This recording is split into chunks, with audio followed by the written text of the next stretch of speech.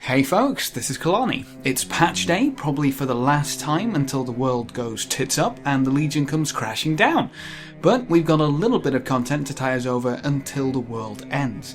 In 6.2.3 we've got a few reasons to stick around, mainly gear orientated. We've got a new currencies farm and new rewards which we can take into Legion. Here's a quick and dirty overview just in case you're not up to speed. First up, Valor. It's back and you can acquire it by completing Raid Finder Wings, Mythic Dungeons or for your first Heroic Dungeon of the day. You're also awarded a good chunk for completing the weekly event quests which are tied to the bonus events, except for the pet battles because that one's too special for Valor. Now if you're hoping for a gear vendor to spend this lovely new currency on, I'm afraid I'll have to disappoint. The only use for Valor right now is item level upgrades, which are also back. 2 upgrades per item for 5 item levels each means every item can be upgraded by 10 item levels. To upgrade you'll need to talk to the Ethereal who hangs about with the Transmog and Void Storage Ethereals, and each upgrade will cost you 250 Valor. Mythic Dungeons have been given a boost to their loot.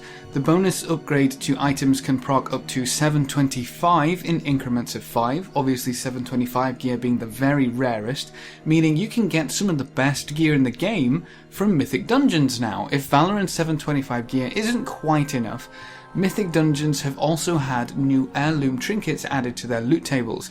These trinkets will scale all the way to level 110 for Legion, and they start at item level 715 and seem to be quite powerful. No matter what gear you currently sport, Mythic Dungeons are definitely going to look tasty from here on out.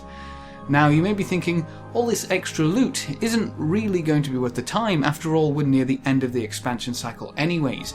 Surely the only thing better gear will do is speed up leveling to 110 in Legion. Perhaps not. If you were interested in Mythic raiding but could never get a group together, or your guild was struggling to get the 20 people required, this patch may give you something else to do.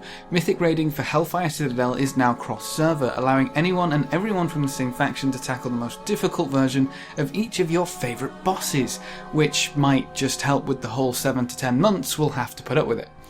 If Mythic isn't your cup of tea, at least you'll be able to get the item level required for most Heroic Archimon pugs, allowing you to finish off your Heroic achievements and pick up the new mount, the Grove Warden. To get the mount you simply need to kill Archimon on Heroic, then take the quest item to Moonglade and enjoy your very own magical moose.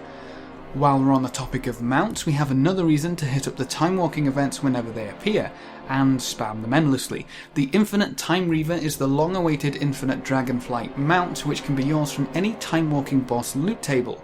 This one is going to drive a few people crazy. On the note of timewalking, we'll get to bash down some Cataclysm dungeons as well in the new timewalking event which begins tomorrow, so that's going to be fun. There's a few other things to mention. Death Knights, Druids, Paladins, Shamans and Warriors all had some minor buffs to their damage specs. Baleful items can proc up to 695, meaning you may not need to upgrade them at all, and there's a new PvP season with a new set of gear which scales up to 740. That's pretty much everything of substance for this patch. It has the potential to keep folks busy for a little while at least, but a gear grind at the end of an expansion doesn't work anywhere near as well compared to the start of a new raid cycle, so we'll have to see how long this keeps people occupied. At least we have all of these systems in place for when Legion finally comes around.